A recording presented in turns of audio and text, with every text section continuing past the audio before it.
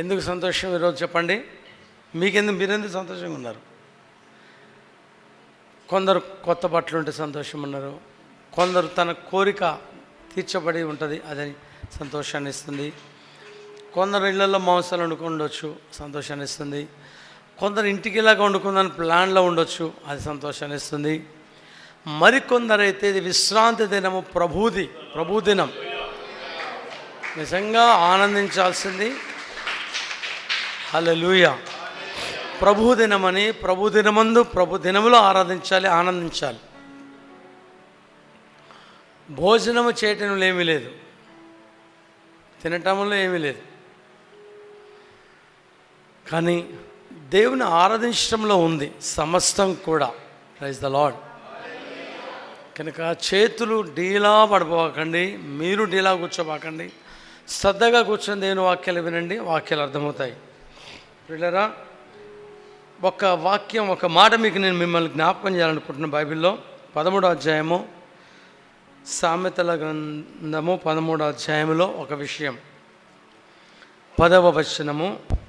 గర్వము వలన జగడమే పుట్టును, ఆలోచన వినువానికి జ్ఞానము కలుగును. ఆమేన్. గర్వము వలన హల్లెలూయా. అయ్యా అమ్మా, దేనివల్ల చెప్పండి? గర్వము వలన ఏం పుడుతుంది? జగడం పుడుతుంది, ఇంకేం పుట్టదు. కొన్ని జగడాలు ఉంటాయి, మంచి నీళ్ళ కాలువలాగా ఉంటాయి, అవి జీవపు ఊటల్లాగా ఉంటాయి, అంటే ఎప్పటికీ ఎండిపోదా ఆ నది, అట్లుంటాయి కొన్ని జగడాలు. దానికి కారణం బైబిల్ చెప్తుంది గర్వం. నేనంటే నేను పై చేయి, నాది పై చేయి. అరే నేను సంపాదించుకొచ్చాను ఒకరంటే, నేను తక్కువ అని ఇంకొకరు. నువ్వు సంపాదిస్తే ఏంటి? కుటుంబ కలహాల్లో కొన్ని విషయాలని మాట్లాడాలనుకుంటున్నాను. మన పెళ్ళిలో ప్రమాణాలు చేస్తున్నప్పుడు నా ఆస్తి అంతట్లోని పాలు భాగస్తులుగా చేసుకొనిచున్నాను, నా ఆస్తి అంతట్లోని పాలు భాగస్తులుగా చేసుకుంటున్నాను అని ప్రమాణం చేస్తాం. అలా ప్రమాణంతో స్వీకరించిన నువ్వు నేను సంపాదిస్తున్నాను అన్నవే నేను అని ఎప్పుడైతే అంటున్నావో అది గర్వం. ఆ గర్వం వలన ఇంట్లో ఏం పుట్టుద్ది అంటే జగడం. బైబిల్లో ఏముంది? గర్వం వలన జగడమే పుట్టును, జగడమే. ఇంట్లో ఏముండదు, ఇంకా కుటుంబంలో శాంతి సమాధానం పూర్తిగా పోతాయి. దానికి కారణం జగడం. పిల్లరా, గర్వం వలన జగడం పుట్టుద్ది. ఈ గర్వం అనేది చాలా అనర్థాలకు మూలంగా ఉంది. బైబిల్లో లేదా దేశ చరిత్రలో, ప్రపంచ చరిత్రలో చూస్తే గర్వించిన వాళ్ళు ఎందరెందరు ఏమైపోయారు. ఒక రాజుగారు గర్వించాడు, వెంటనే దేవుడు ఆ గోడ మీద రాశాడు, మినే టేకెల్ ఉఫాల్సిన్ అని. ఆయనకి గడగడ వణుకు పుట్టి ఈ మాటలకు అర్థం ఏంటని అర్థం కాక అందరిని అడుగుతున్నాడు, ఎవరెవరిని అడుగుతున్నాడు, దీనికి అర్థమైంది. నేను బాగా ఇది మత్తులో ఉండి గర్వించాను, దేవుని మందిర పాత్రలు వాడుకున్నాను నా ఫంక్షన్లో, నా పార్టీల్లో. కనుక ఆ సమయంలో నేను మత్తుగా ఉన్నప్పుడు అక్కడ ఒక చేయి రాసింది.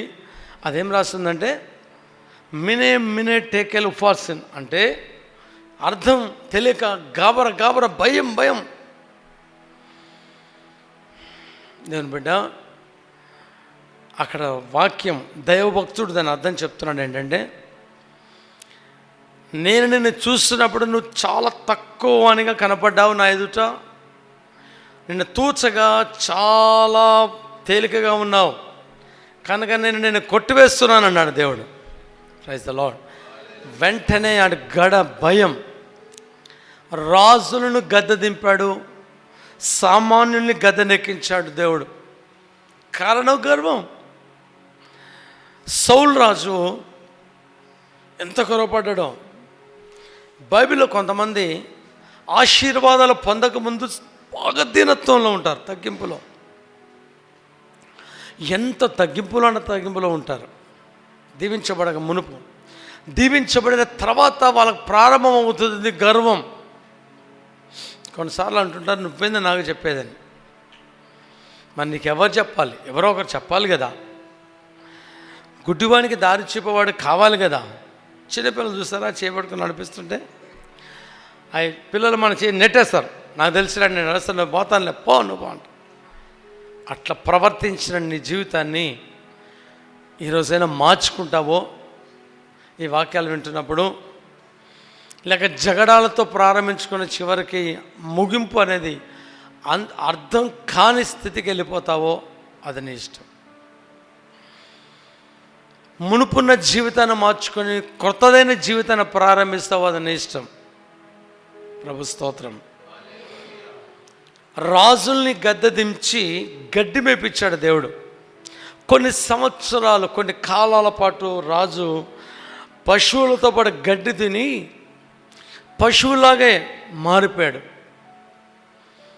పశువులైపోయాడు. రాజుగారు పశువులు అయిపోయాడు.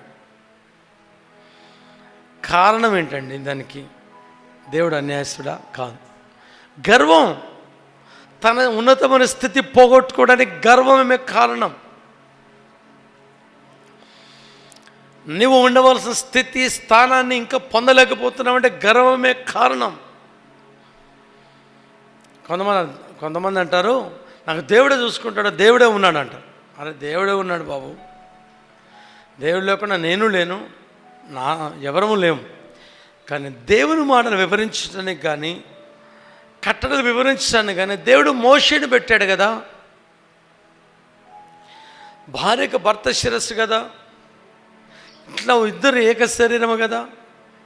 కుటుంబ వ్యవస్థ, దేశ వ్యవస్థ, సంఘ వ్యవస్థ ఎందుకు పతనమవుతుంది? ఎందుకు జగడాలు పుడుతున్నాయి? నీకు నీ సహోదరికి, నీకు సహోదరునికి ఎందుకు జగడాలు పుడుతున్నాయి? దానికి కారణం ఏంటి? ఆ జగడం ఎప్పుడు మానాలి చెప్పండి. గర్వం అనేది మనలోంచి పోతే జగడం అనేది దానంతటదే సద్దుమణిగిపోతుంది. Praise the Lord. ఈ జగడాల వల్ల దేశానికి కానీ ప్రజలకు కానీ శాంతి సంబంధాలు ఎక్కడ కలగవు. సంఘంలో నీకు కానీ కుటుంబానికి కానీ ఈ నెమ్మది ఉండదు. దానికి కారణం గర్వం. సౌలు ఇశ్రాయేలులకు మొదటి రాజు. సౌలు రాజు ఏమయ్యాడు? దేవుడు సౌలు రాజును కొట్టుపడేసి, నా హృదయానుసారి నాకు ఇష్టమైన మనిషిని నేను కనుగొన్నాను, సమూయేలు నువ్వెలా తన ప్రతిష్ఠ చేయి, అభిషేకించమన్నాడు. ఎందుకు నీ స్థితి ఇంకా కొట్టేయబడుతుంది, మరొకరికి ఎందుకు అప్పగించబడుతుంది అంటే దానికి కారణం గర్వం. నాకు తిరిగి ఏముంది అనుకుంటున్నాడు. కానీ ఒకటి మర్చిపోయాడు, దేవుడే నియమించాడు నన్ను రాజుగా అన్నది మర్చిపోయాడు. దేవుడే ఈ స్థితికి తీసుకొచ్చాడనే విషయాన్ని మర్చిపోయినప్పుడే గర్వపడతావు. ఈరోజు నీ స్థితికి నువ్వు రావడానికి కారణం దేవుడు కాదా, ప్రభువు కాదా? మరి ఆ ప్రభువుని మర్చిపోయి, ఆ ప్రభువును తృణీకరించి నువ్వు గొప్పవాడు ఎలాగవుతావు? అందుకే బైబిల్ దాన్ని ఏది ఒప్పుకోవట్లేదు. దేవుని స్తోత్రం. సౌల్ని రాజుగా నియమించింది దేవుడే అన్న విషయాన్ని మర్చిపోయి ప్రవర్తించాడు. వెంటనే సింహాసనం నుంచి తీసేటట్టు ఇట్లా ఊడ్చి ఇట్లా తీసేశాడు దేవుడు. ఇట్లా తీశాడు.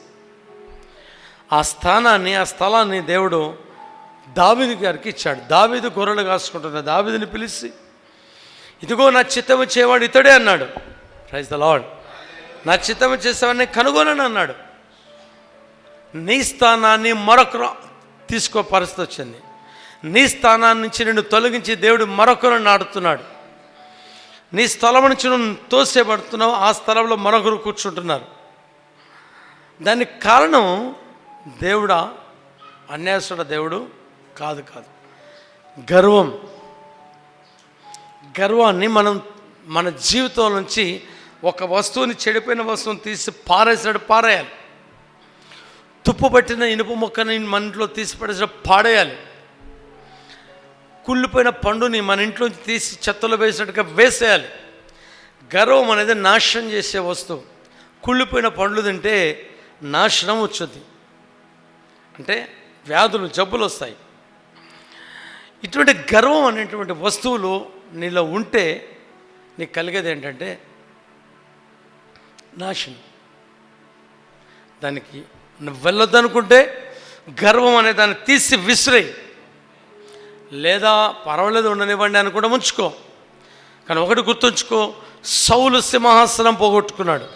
ఒకటి గుర్తుంచుకో, సౌలు ఆ ఆధిపత్యాన్ని పోగొట్టుకున్నాడు. సౌలు రాజరికాన్ని పోగొట్టుకున్నాడు. గొర్రెలు కాసే దావీదు గారికి దేవుడు ఇచ్చాడు ఆ ఆధిక్యత. ఆ చిన్న బాబు గొప్ప సౌలుని తీసి చిన్న బాలుని సింహాసనంలో కూర్చోబెట్టింది మన దేవుడే. Praise the lord. కానీ నీ స్థితి నుంచి ఎందుకు పడిపోతున్నావు, మాటి పడిపోతున్న కారణం నీ హృదయంలో ఉన్న గర్వం. గర్వం తీసేయండి, దేవుడు నిలబెడతాడు. గర్వం తీసేయండి, జగడాలు మానిపోతాయి. గర్వం తొలగించుకోండి, ఒక సమాధానార్థమైన జీవితం లభించుద్ది. గర్వాన్ని తొలగించుకోలేవా, తీసేసుకోలేవా? అదొక ఆభరణం. గర్వం అనేది కూడా ఒక ఆభరణం, అదొక ఆభరణం. ఈ గర్వం అనే ఆభరణము అపవాదికి సంబంధించింది, అది దైవ సంబంధమైనది కాదు. కొంతమంది దేన్ని బట్టి గర్విస్తారు. ధనాన్ని బట్టి ఒకరు గర్విస్తారు, నాకు బాగా ధనం ఉందని. నేను బాగా పాడగలనని మరొకరు గర్విస్తారు. నేను బాగా నాట్యం చేయగలను మరొకడు గర్విస్తాడు. తనకున్న డబ్బు హోదాను బట్టి మరొకడు గర్విస్తాడు. తన కులాన్ని బట్టి మరొకడు గర్వించవచ్చు.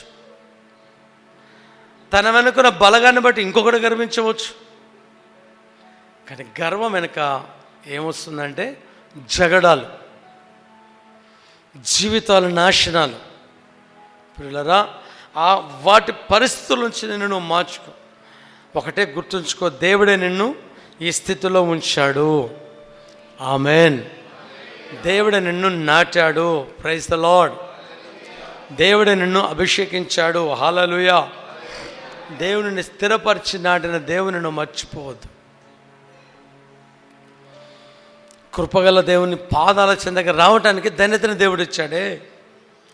ఆయన పరిశుద్ధ పాదాలు ఇట్లా తాకుతున్నావంటే అది గొప్ప ధన్యత, భాగ్యం. దేవుని దయచేతనే మనం ఏదైనా సంపాదించుకున్నాము, కానీ మన వల్ల కాలేదు. దేవుని దయచేతనే మంచి కీర్తి నీకు వచ్చింది, కానీ నీ వల్ల కాలేదు. దేవుని దేవలను డిగ్రీలు పాస్ అవుతున్నావు, నీ వల్ల కాలేదు. దేవుని కృప. Praise the lord. దేవుని ఆశీర్వాదం. హల్లెలూయా. గర్వం అనేది జగడాలు పుట్టించి నాశనానికి దారితీస్తుంది. ప్రియులారా, కలహాలు, జగడాలు ఎట్లుంటాయంటే నీటి గట్టున నాటిన చెట్టులాగుంటాయి, ఎప్పటికీ చచ్చిపోవాయి. ఎప్పుడు ప్రవహిస్తూనే ఉంటుంది అది, ఎప్పుడు చెట్లు ఫలిస్తూనే ఉంటాయి, ఎప్పుడు గొడవలు అవుతుంటాయి. నీకు, నాకు, మాకు, మీకు, ఈ కుటుంబాలకి, కులాలు వాళ్ళకి, ఇంకా భార్య భర్తలకి, కుటుంబాలు, అనేక రకాలుగా. దానికి కారణం గర్వము. నీ హృదయ గర్వము చేత నీవు మోసపోతివి అన్నాడు దేవుడు. దేంతోనండి? దేనివల్ల నష్టపోయావు? దేనివల్ల నశించిపోయావు? ఎవరు నష్టపరిచారు నిన్ను? నీ హృదయ గర్వమే, వేరొకటి కాదు, వేరొకరు కూడా కాదు. హృదయ గర్వం. దేవునికి స్తోత్రం. హల్లెలూయా. ఈ రోజున నిలబడు. బయటికి బాగా కనపడుతూనే ఉంటావు చూడటానికి, లోపల గర్వం అది నిన్ను ఎప్పుడు విరోధాలు, గొడవలు, లొల్లి, పంచాయతీలు తీసుకుపోతుంది, జగడాలు. మార్పు చెందాలనుకుంటే, మొదట నీ జీవితంలో నీకు సమాధానం కావాలనుకుంటే, నువ్వు గర్వాన్ని తీసి బయటపడేసుకో. నువ్వైనా నెమ్మదిగా ఉంటావు, నీవైనా సమాధానంగా ఉంటావు. నీ పొరుగువాడికి లేదా, అది అటు ఉంచు. నిన్ను చూసి వాళ్ళు కూడా మార్చుకోవచ్చు. తర్వాత విషయం, నువ్వు కేవలం సమాధానంగా బ్రతకాలి. నీ స్థలాన్ని, నీ సింహాసనాన్ని పోగొట్టుకోవద్దు, నీ ఉద్యోగాన్ని పోగొట్టుకోవద్దు, నీ హోదా పోగొట్టుకోవద్దు, నీ ఆస్తులు పోగొట్టుకోవద్దు, నీకున్న పేరు పోగొట్టుకోవద్దు, నీకున్న ఘనత పోగొట్టుకోవద్దు. అంటే హృదయంలో ఉన్న గర్వాన్ని తీసేయి. నేను అప్పుడప్పుడు మాట్లాడుతుంటే కొంతమంది మాట్లాడుతారు కదా, నేనే చేశానండి, లేకుంటే నేనే ప్రార్థన చేశాను, లేకపోతే నేనే లేకపోతే నేనే కొన్నాను, ఈ ఫ్యాన్ నేనే కొన్నాను, నేను అంటుంటాను చూస్తారా. చర్చిలో పాట పాడిన మనం నేను ఆ మీటింగ్లో పనంతా చేసుకుంది నేను అని అంటావో అది గర్వం. నేను కాదండి, నేనెంతటి మాత్రం వాడిని, చిన్నవాడిని కదా, నేను ఏం చేయగలుగుతాను, నా వల్ల సాధ్యమా? అది ప్రభు పని ప్రభు చేయించుకున్నారు, నేను కాదండి అని దేవుని మహిమపరచాలి. దేవుని మహిమపరచని వాళ్ళు ఒక ఆయన ఉన్నాడు, ఎవరైనా హేరోదు. మహిమపరచనందున అతడు ఒక శిక్ష అనుభవించాడు. దేవుని మహిమపరిచిన వాళ్ళు ఘనత కీర్తి అనుభవిస్తున్నారు ఈరోజు. హల్లెలూయా. రాజునే తన స్థలం నుంచి దేవుడు తొలగిస్తే నువ్వు లెక్క, నువ్వేమైనా అదా? ఏమి కాదు. దేవుడు తీయాలంటే తీస్తాడు, ఒక నిలబెట్టాలంటే నిలబెడతాడు. నీ జీవితాన్ని నిలబెట్టుకో, కాపాడుకో. ఈ హెచ్చరికను తోసేకు, గర్విష్ఠులుగా మారకండి, గర్వాలు తీసేయండి. నీకు నువ్వు సమాధానంగా బ్రతుకు, దేవుని ఆశీర్వదిస్తాడు. దేవుడు మన వెనుకలి వాక్యం ఆశీర్వదించడం గాక. ఆమేన్. ప్రార్థన చేసుకుందాం. ప్రేమగల తండ్రి, ఈ వాక్యాన్ని ఆశీర్వదించండి, దీవించండి. దేవా, నీ మహిమలో నీ కృపలో కాపాడునైనా, ఉన్నతమైన ఉపదేశాల చేత మమ్మల్ని ఆశీర్వదించండి. ఈరోజు గర్వం అనేది జగడమే పుట్టించుద్ది, కానీ వేరొకటికి ఏ అవకాశం లేదన్నావు తండ్రి. క్షమించండి. కొన్ని ఉదాహరణలు కొంతమంది జీవితాలు మాకు తెలియపరిచారు దేవా. అందుకే ఈ రోజున మీ దైవ కృప మహిమ ప్రత్యక్షతను మాకు తోడుగా ఉంచమని, కరుణా కటాక్షములు తోడుగా ఉంచి స్థిరపరిచి ఆశీర్వదించమని యేసు ప్రభువు వారి యొక్క నామములో ప్రార్థించి వాక్యమైన వారందరిని దీవించమని యేసు పేరిట మా తండ్రి. Praise the lord.